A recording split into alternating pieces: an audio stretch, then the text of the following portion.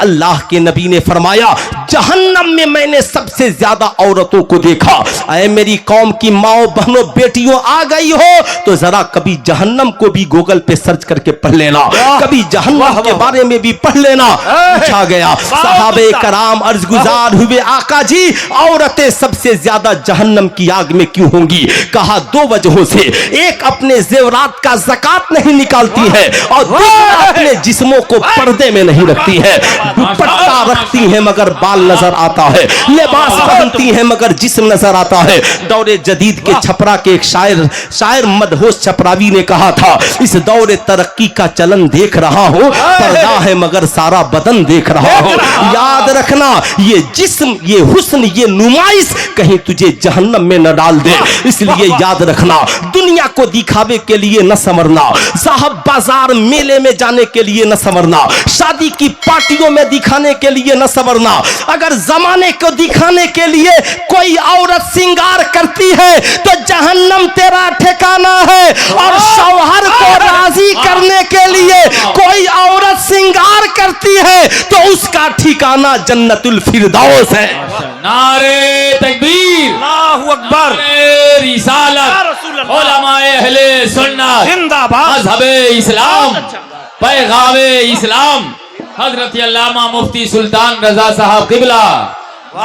साहब सिर्फ हजरत की दुआएं हैं। 4 साल में रुदौली शरीफ में लॉकडाउन से पहले अल्लामा अब्दुल मुस्तफा रुदौली साहब किबला के यहाँ तकरीर किया, फिर इमसाल हाजिर हो जाऊंगा। वो सारा इलाका हजरत का इल्मी फैजान है, लाखों शागिर्द उधर मौजूद है। फकीर जाता है तो सबसे पहले लोग पूछते हैं हजरत के घर से आपका घर कितना दूर है ना? हजरत के घर से आपका घर कितना दूर है? मैं कहता हूं बस 35 किलोमीटर की दूरी है। हजरत शहरे गोपालगंज में है, फकीर शहरे सीवान में है। मैं ये अर्ज कर रहा था अब मेरी कौम की बहुओं गौर से सुनना, याद रखना आज के बाद अपने शौहर से कहना ओ मेरे शौहर सुनो, अगर तुम्हारी माँ कुछ कहती है और मैं भी कहती हूं तो मेरी बात की परवाह न करना, बल्कि याद रखना जब माँ और बीवी की बात में टकराव हो जाए तो बीवी से कहना ओ मेरी शरीके हयात मोस्ट वेलकम है तेरे लिए, तेरी मोहब्बत तो पूरी जिंदगी है। अब माँ की जिंदगी कितने दिनों की है? आज माँ की मान ले कल तेरी मान लेंगे, इसलिए कि मेरी जन्नत माँ की खुशी में है और तेरी जन्नत मेरी खुशी में। जन्नत मेरी खुशी में है। लेकिन अच्छा इधर कोई बहुत अच्छा माँ का चहीता बेटा नहीं है जो खड़े होकर के माँ की मोहब्बत में नारा लगा दे अल्लाहु अकबर, वाह, जिंदाबाद जिंदाबाद जिंदाबाद जिंदाबाद। हाँ, सही सही याद दिलाए, सही याद दिला रहे। माशाअल्लाह बेचारा नारा लगाने वाले भी मिले तो बुढ़ापे में माँ से मोहब्बत कर रहे हैं। काश कोई नौजवान भी खड़ा होता और कहता मौलाना साहब फिक्र मत कीजिए, आज के बाद पहले हम माँ ही से मोहब्बत करेंगे, पहले 10 मिनट मेरी और गुफ्तगू सुनिए, उसके बाद देखता हूं कितने बेटे माँ की मोहब्बत में खड़े होकर नारा लगाते हैं। बुरा मत मानना, अल्लाह के नबी से सहाबा ने पूछा या रसूलल्लाह मर्द पर पहला हक किसका है? आका ने कहा माँ का। अरे बोलो सुभान अल्लाह। कहा फिर अर्ज गुजार हुए आका जी फिर किसका? कहा माँ का। फिर तीसरी बार पूछा आका फिर किसका? कहा माँ का। चौथी बार पूछ पड़े आका फिर किसका? कहा बाप का। वाह रे मेरे आला हजरत, आपका करम हम क्या कहे। आला हजरत से लोगों ने पूछा हुजूर मर्द कमाए तो क्या करे? आला हजरत ने इस हदीस की रोशनी में जवाब दिया, कहा 100 रुपए कमाना 75 माँ को दे देना और 25 बाप को दे देना, इसलिए कि आका ने फरमाया है 3 बार माँ से मोहब्बत करो तो 25 को 3 से गुना दोगे तो 75 हो जाएंगे, और एक बार कहा बाप से प्यार करो तो बाप को 25 दो। मैं आपसे कहूंगा बाप बड़ा बागैरत होता है, बाप तुझसे नहीं मांगता, इसलिए कि बाप जानता है जिस बेटे को मैंने दिया उसके सामने क्या हाथ फैलाऊं। मैं कहूंगा शायरों को खूब देते हैं, मैंने सुना है 50-50 हजार और आप लोग 1-1 लाख रुपया देते हैं। आप लोग एक दिन में साहब 50-50 हजार छूट देते हैं। बहुत अच्छे आदमी हैं, अल्लाह आपकी अमीरी को सलामत रखे। मगर देने वालों मुझे भी देते हो, शायरों को भी देते हो, पीरों को देते हो, डॉक्टरों को देते हो, दोस्तों को देते हो, नेताओं को देते हो, सबको देते हो। दो, मगर सबसे पहले कमाओ ना तो मां के आंचल में डाल दो। तेरा बाप तुझसे नहीं मांगता, चुपके से बाप के पॉकेट में डाल दो ताकि तेरा बाप चाय की होटल में शर्मिंदा ना हो, तेरा बाप कभी एल दवा की दुकान पे शर्मिंदा ना हो, तेरी मां कभी बहुओं के सामने हाथ फैलाने के लिए मजबूर ना हो। लेकिन आज हम जिस समाज में जीवित और जिंदा है, क्या यह हकीकत नहीं है? मां अस्पताल में भर्ती है, बाप आईसीयू में भर्ती है, डॉक्टर ने कहा है 10 लाख रुपए ऑपरेशन में लगेंगे। बड़ा अमीर कबीर और बेटा है, अमीर औलादे हैं, मगर 5 औलादे बैठकर मीटिंग कर रही हैं। हाँ, 5 भाई 2-2 लाख रुपए लेकर के आ जाना, 1 रुपए भी कम नहीं लगेगा। मां के इलाज की बात है। अब साहब जो अमीर है वो तो खुश है, ला दिए, मगर एक बेटा किसान है, एक बेटा मजदूर है, बाप की मोहब्बत है, बड़ा परेशान है, कहता है काम करो, मेरे हिस्से की जमीन बेच दो, मेरे बाप के इलाज कराओ। बड़ा अफसोस होता है। मैं पूछना चाहता हूं, क्या यही बाप की मोहब्बत है कि बाप आईसीयू में भर्ती रहे और अमीर बेटा सारे भाइयों से 2-2 लाख की भीख मांगता रहे? लानत है तुम्हारी ऐसी दौलत और कमाई पर। तेरे लिए इस कमाई को बचा के क्या करेगा? इससे बेहतर है तू चुल्लू भर पानी में डूब के मर जा, जब तेरी कमाई तेरे मां के काम ना आए, तेरी दौलत तेरे बाप के काम ना आए। आज तू कहता है सारे भाई देंगे तब बाप का इलाज होगा।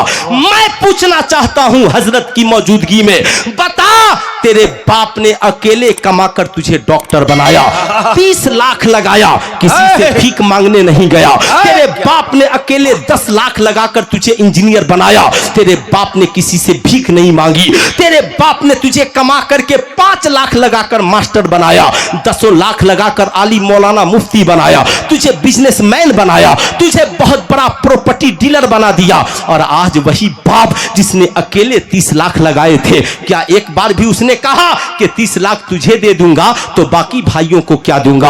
क्या तेरे बाप ने कभी कहा कि अगर 10 लाख तुझे दे दूंगा तो बाकी भाइयों को क्या दूंगा? तेरे किसी भाई ने ऑब्जेक्शन नहीं डाला, सबने यही कहा भैया को डॉक्टर बनना है दे दीजिए, इसलिए कि अगर डॉक्टर बन गए तो हमारी भी जिंदगी संवर जाएगी। ऐ मेरी कौम के शहजादों, होना तो ये चाहिए कि तेरा बाप जब इलाज के लिए अस्पताल में भर्ती हो तो तू डॉक्टर है, तू इंजीनियर है, तू प्रोफेसर है, तो जा और जा करके डॉक्टर से कहना डॉक्टर साहब इलाज में कमी मत कीजिए, जितना पैसा लगेगा अकेले मैं लगाने के लिए तैयार हूं। अगर भाइयों ने दे दिया सुभान अल्लाह, नहीं दिया कोई प्रॉब्लम नहीं है। तेरी बीवी और तेरे बच्चे, तेरे रिश्तेदार, तेरे दोस्त उससे कहेंगे इतना पैसा अकेले क्यों लगा रहा है? कहना हट जा, जो मेरा बाप अकेले कमाकर डॉक्टर बना सकता है तो मैं अकेले कमाकर अपने बाप का इलाज क्यों नहीं करा सकता हूं?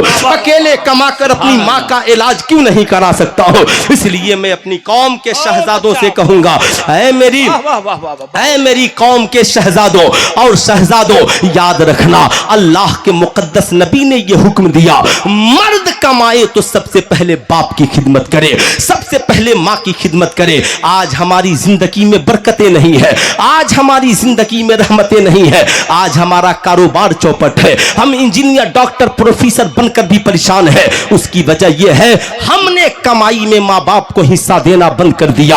ये हमारी माँ रात की तन्हाई में फोन करती है, बेटा कुछ पैसा भेज दे, अब्बा का इलाज कराना है। बेटा कहता है बीवी बच्चों से बचेगा तब न भेजेंगे। मैं कहूंगा क्या तुम्हारी माँ ने भी कभी खाना बनाया था तो कहा था बेटा 10 रोटियां बनी है, पहले हम खाएंगे, बचेगा तो तू खाना। क्या तेरे बाप ने भी कमा कर कहा था बेटा 30,000 रुपए तनख्वाह मिली है, पहले हम खर्च करेंगे, बचेगा तो तू खर्च करना? नहीं, तेरे बाप ने कहा था बेटा तनख्वाह मिल गई है, तू अपना ट्यूशन फी पहले भर ले, कॉलेज का फी पहले भर ले, अपने ड्रेस और जरूरियात की सामान को पहले ले ले।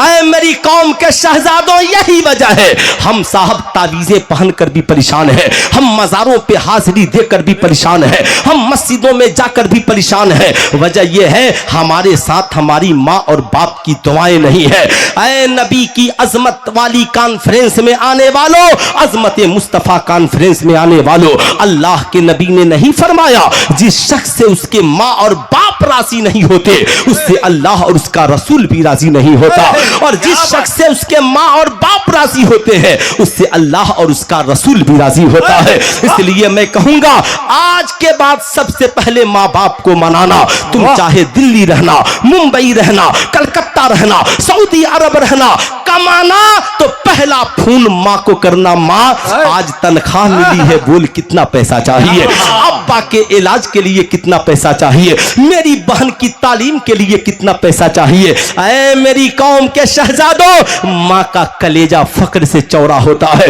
रात की तन्हाई में तेरी माँ तेरे बाप से कहती है बेटे का फोन आया था, बोल रहा था कितना पैसा चाहिए। बाप मुस्कुराता है और कहता है मेरे बेटे से कह देना पहले अपने बीवी बच्चों का ख्याल कर लेगा, फिर बचेगा तो हमारे लिए भेजेगा। सारी दुनिया तेरी कमाई खाकर सो जाती है, तेरा दोस्त तेरी कमाई से माशाल्लाह शराब पीकर सो जाता है, तेरे दोस्त तेरे पैसे से पार्टियां करके सो जाते हैं, तेरी बीवियां तेरे पैसे की मुर्ग मुसल्लम बिरयानी खाकर सो जाती है। लेकिन रात की तन्हाई में अगर तेरी सलामती के लिए, तेरी जिंदगी की बरकतों के लिए कोई हाथ उठाता है तो तुम्हारी माँ अपने आंचल को उठाती है, तुम्हारा बाप अपने बाजुओं को उठाता है और दुआ करता है मौला मेरे बेटे को कामयाब कर दे, मेरे बेटे को सेहत और तंदुरुस्ती दे दे, मेरे मौला मेरे बेटे की कमाई में बरकत दे दे, उसकी बीवियों को बरकत दे दे, उसके बच्चों को सेहत और तंदुरुस्ती दे दे। साहब याद रखना, सारी दुनिया की मोहब्बत एक तरफ और माँ बाप की मोहब्बत एक तरफ। पैगाम मेरे नबी ने दिया सबसे पहले कमाना तो अपनी माँ और अपने बाप को खिलाना। सुभान अल्लाह, अल्लाहु अकबर, अल्लाहु अकबर, या रसूल अल्लाह, या रसूल अल्लाह। अब सुनिए, मुझे नारे की जरूरत नहीं, नौजवानों बताओ कितने नौजवान हो जो आज के बाद वादा करो कमाओगे तो सबसे पहले अपनी माँ और अपने बाप को खिलाओगे।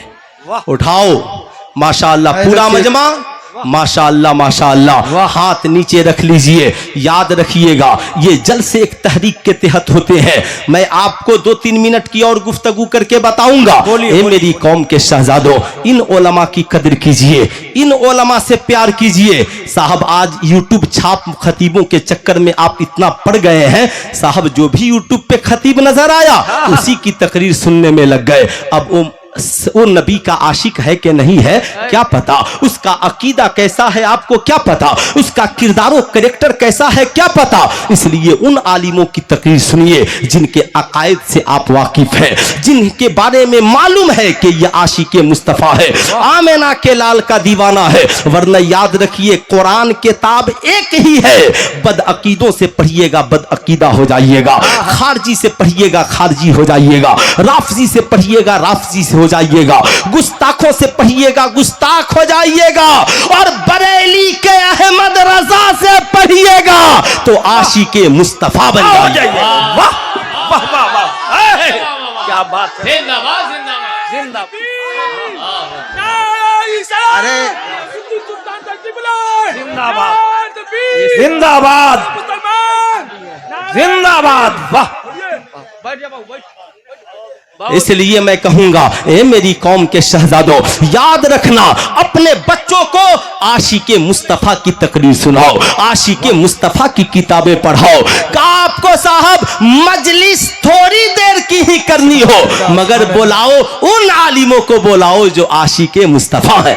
नारे तकबीर, अल्लाहु अकबर, नारे रिसालत, नारे रिसालत, बज़्म मुस्तफा कॉन्फ्रेंस बस में मुस्तफा कॉन्फ्रेंस, नारे तकबीर, नारे रिसालत। अब मैं आपसे कहना चाहूंगा, और बोलूं इजाजत है? अरे बोलिए, पूरा मजमा इजाजत है? तो जरा हाथ उठाकर प्यार से बोल दें या रसूल अल्लाह, या रसूल और अल्लाह। जरा प्यार से बोल दें या हबीब अल्लाह। आप बाप के चश्मे की बड़ी हिफाजत करते हैं, मैंने सुना है बाप के बिल्डिंग की भी बड़ी हिफाजत करते हैं, बाप की जमीन की भी बड़ी हिफाजत करते हैं, मगर बुरा मत मानिएगा, चश्मे की हिफाजत आप करते हैं, बिल्डिंग की हिफाजत आप करते हैं, जायदाद की हिफाजत आप करते हैं, मगर वो भाई जो उसी माँ के पेट से जन्म लिया, जिस पेट से आपने जन्म लिया है, आप उस भाई की कितनी हिफाजत करते हैं? उस भाई की कितनी हिफाजत करते हैं? क्या आपने इमाम हसन और हुसैन की जिंदगी का मुताला नहीं किया है? मैं आपसे कहना चाहूंगा, आप अपने भाई से कहना, मेरे भाई मैं गरीब जरूर हूं मगर मेरा दस्तरखान वसी है, जब तक तुझे तबीयत करे मेरे दस्तरखान पे खा, टेंशन लेने की जरूरत नहीं है, अगर तू कमा के अलग होना चाहता है हो जा, लेकिन जब तुझे गरीबी आ जाए, जरूरत पड़ जाए, अपने भाई के दरवाजे को याद रखना, मुझे न भूलना, मैं कल भी तेरी खिदमत के लिए तैयार था और आज भी तेरी खिदमत के लिए तैयार हो, आज भी तेरी खिदमत के लिए तैयार हो साहब। लेकिन आज हम जिस पुरफितन दौर में जी रहे हैं, आज हमारा माशरा अजीब हो गया, लोगों को नबी की सुन्नत पसंद नहीं है, लोगों को नबी का माज़ल्ला चेहरा पसंद नहीं है। आज हमारी कौम का नौजवान ऐसे जीता है जैसे नबी की आमद से पहले कुफ्फारे मक्का ये सोचते थे, हम जैसे चाहे जिए, हम चाहे शराब पिए कोई न बोले, हम चाहे जुआ खेले कोई न बोले, हम चाहे जना करे कोई न बोले, हम चाहे झूठ बोले कोई न बोले, हम चाहे सूद खाए कोई न बोले, हम चाहे रिश्वत ले कोई न बोले। मैं कहूंगा ना, जब नबी ने आया कहा बुराई का दौर खत्म हो गया, अच्छाई का दौर शुरू हो गया। आज मेरी कौम के नौजवानों का हाल भी बुरा है, कोई कान में बाली पहन रहा है, कोई हाथ में कड़ा पहन रहा है, कोई बाल बढ़ा करके रबर लगा रहा है। कैसी तूने सूरत बना ली है, चेहरे पे फ्रेंच कट दाढ़ी सजा ली है। मैं तुमसे कहना चाहूंगा, तुम्हें मालूम है हाथ में कड़ा पहनना ये सिखों का तरीका है, याद रखना फ्रेंच कट दाढ़ी रखना ये यहूदियों का तरीका है, कमर तक बाल बढ़ाना ये नचनिया और बजनिया का तरीका है। इसलिए याद रखना, अल्लाह के नबी ने फरमाया, मन तशब्बह बिकौमिन फहुवा मिनहुम, जो जिस कौम से मुशाबिहत रखेगा उसका अंजाम उसी के साथ होगा। इसलिए मेरी कौम की माओ और बहनों, बहू और बेटियों, याद रखना, तू अपनी बेटी को जींस पहनाती है इसलिए कि तेरी बेटी कॉलेज के लड़कों से मुकाबला करेगी, तेरी बेटी बूट सूट पहन करके चलती है। याद रखना, इस्लाम कहता है औरत के लिए मर्द बनना जायज नहीं और मर्द के लिए औरत बनना जायज नहीं है। इसलिए मैं अपनी कौम के नौजवानों से कहूंगा, अपने हाथ को कड़ा से न सजाना, अपने गले को चैन से न सजाना, अपने चेहरे को फ्रेंच कट दाढ़ी से न सजाना, अपने चेहरे को सजाना है तो नबी की सुन्नत से सजाना, अपनी जिंदगी को सजाना है तो किरदारे मुस्तफा से सजाना, ताकि जब तू मर जाए, कब्र में जाए, तेरा चेहरा देखकर फरिश्ते कहें, सवाल क्या पूछते हो, चेहरा बता रहा है आशिके मुस्तफा आया। नारे तकबीर, नारे रिसालत, माशाअल्लाह, सुभान अल्लाह, सुभान अल्लाह, सुभान अल्लाह। बहुत बहुत शुक्रिया।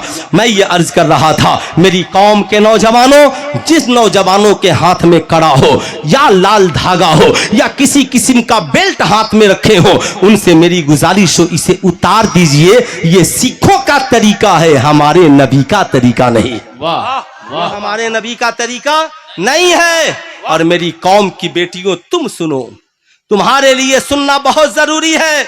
मुहर्रम का चांद निकलता है ना, रसूलुल्लाह की बेटी के नाम का फातिहा कराती हो, सुभान अल्लाह, बहुत अच्छी बात है। आप अपनी बेटियों का नाम कनीज फातिमा रखते हो, बहुत अच्छी बात है, सुभान अल्लाह। लेकिन सैयदा खातून जन्नत ने मौत के वक्त क्या कहा था, बोल पड़ी थी, ऐ मेरे शौहरे नामदार, सरकार मौलाए कायनात, जब मेरा विसाल हो जाए, मेरा इंतकाल हो जाए, मेरे जनाजे को दिन में नहीं रात में उठाइएगा, ताकि किसी गैर की नजर मेरे जनाजे पे न पड़ जाए। ओ मेरी कौम की बेटियों, तू सज संवर कर सेल्फी लेकर फेसबुक पे डालती है ताकि 1 करोड़ लोग तुझे देखें, तेरे फॉलोअर्स हो जाए। जमाने में जितने लोग सेल्फी लेने वाले हैं, फेसबुक चलाने वाले हैं, चैनल बनाने वाले हैं, कितने करोड़ लोग आपके चाहने वाले होंगे, कितने ममालिक में आपके चाहने वाले होंगे। मगर आज से 1450 बरस पहले अल्लाह ने अपने महबूब को मक्के में भेजा। कोई फेसबुक नहीं है, कोई व्हाट्सएप आईडी नहीं है, कोई मीडिया का जमाना नहीं है, कोई व्हाट्सएप ग्रुप नहीं है। मगर ये नबी की शान ये है, अरब में नबी का बोलबाला है, अजम में नबी का बोलबाला है। मर्द भी नबी को चाहते हैं, औरतें भी नबी को चाहती हैं। जंगल में चले जाएं तो जानवर भी नबी से प्यार करते हैं, पहाड़ से गुजर जाएं तो पत्थर भी नबी से प्यार करते हैं, वादियों से गुजर जाएं तो जिन्नात भी नबी से प्यार करते हैं। अबे अर्श से फरिश्ते आकर नबी की बारगाह में सलाम करते हैं। है कोई दुनिया में जो नबी से ज्यादा महबूब और प्यारा हो? वाह वाह वाह, जिंदाबाद। सुभान अल्लाह।